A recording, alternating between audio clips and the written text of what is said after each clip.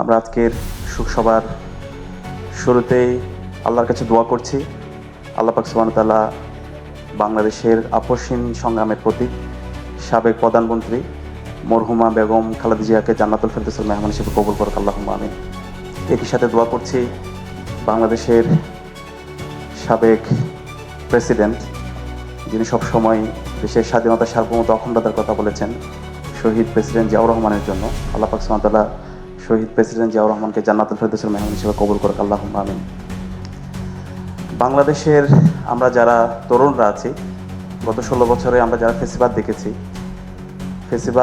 ফেসিবাদী শাসনে আমাদের সোর্স অফ ইন্সপায়ারেশন ছিল মরহুমা বেগম খালেদা জিয়া।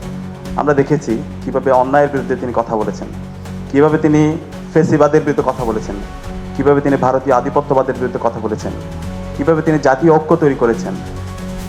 তিনি সকল অংশীজনদেরকে সাথে নিয়ে এক বিন্দুতে তিনি মিলিত করেছিলেন, জাতীয় ঐক্যের একটি পাটাতন তৈরি করেছিলেন। মরহুমা বেগম খালেদা জিয়ার যে রাজনীতি, শহীদ জিয়ার যে রাজনীতি, বাংলাদেশপন্থী রাজনীতি, সেই রাজনীতিতে আমাদের দরকার।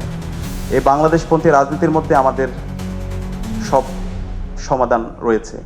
এই বাংলাদেশপন্থী রাজনীতিতে বাংলাদেশের মাটি ও মানুষের কথা বলা হয়, ইসলামী মূল্যবোধের কথা বলা হয়। এই বাংলাদেশপন্থী রাজনীতি যদি আমরা বিনির্মাণ করতে পারি, বাংলাদেশ কখনো পথ হারাবে না। তো আজকের এই শোকসভা থেকে আমাদের এই নতুনভাবে শপথবদ্ধ হতে হবে দেশের স্বাধীনতা, সার্বভৌমত্ব, অখণ্ডতার জন্য, এবং এই জুলাইয়ের শহীদদের যেই আকাঙ্ক্ষা, তাদের যে স্পিরিট, সে আলোকে নতুন বাংলাদেশ বিনির্মাণ করার জন্য, এই বাংলাদেশপন্থী রাজনীতি বিনির্মাণ করার জন্য আমাদেরকে নতুনভাবে ঐক্যবদ্ধ হতে হবে। আমি আশা করছি আমরা যারা দীর্ঘ ফেসিবাদ বিরোধী আন্দোলন করেছি, আমরা সবাই এই নতুন বাংলাদেশ বিনির্মাণ করার জন্য আমরা সবাই ঐক্যবদ্ধ হব। একই সাথে আমি এই কথাটা বারবার বলি, আমার বাড়ি খাগড়াছড়িতে। আজকের যে বাংলাদেশের সার্বভৌমত্ব, পার্বত্য চট্টগ্রামের যে অখণ্ডতা, এই অখণ্ডতার পেছনে শহীদ জিয়ার গুরুত্বপূর্ণ অবদান আছে, এবং একই সাথে মরহুমা বেগম খালেদা জিয়ার গুরুত্বপূর্ণ অবদান আছে। এই পার্বত্য চট্টগ্রাম নিয়ে অসংখ্য ষড়যন্ত্র এবং চক্রান্ত হয়েছে। বাংলাদেশের 10 ভাগের 1 ভাগ এই পার্বত্য চট্টগ্রাম।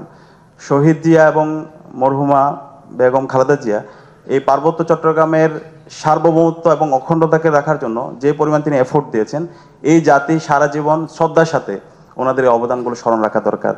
এবং একই সাথে ইতিমধ্যে আলোচনা হয়েছে দেশের শিক্ষার জন্য, স্বাস্থ্যের জন্য, সংস্কৃতির জন্য, সুস্থ ধারা সংস্কৃতি, যেটা আমরা বিগত ফেস্টিভ্যালে আমরা দেখতে পেয়েছি, আমাদের এই সকল সংস্কৃতিকে ভেঙে চুরমার করে দেওয়া হয়েছে।